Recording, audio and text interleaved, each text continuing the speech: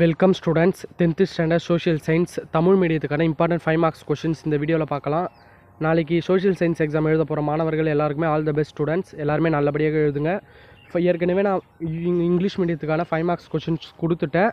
அதுமாதிரி Tamil மீடியத்துக்கான 2 marks and English மீடியத்துக்கான 2 மார்க்ஸும் கொடுத்துருக்கேன்.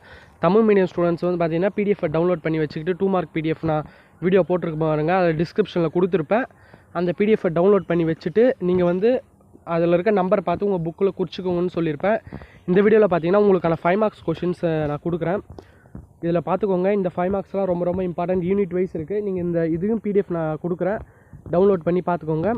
புக்கில் பார்த்தீங்கன்னா இந்த கொஷின்ஸ்லாம் குறிச்சிட்டு படிங்க. உங்கள் மிஸ் எதனா எக்ஸ்ட்ரா கொஷின் சொல்லியிருந்தாலும் படிங்க. இதெல்லாம் வந்து very very important question students.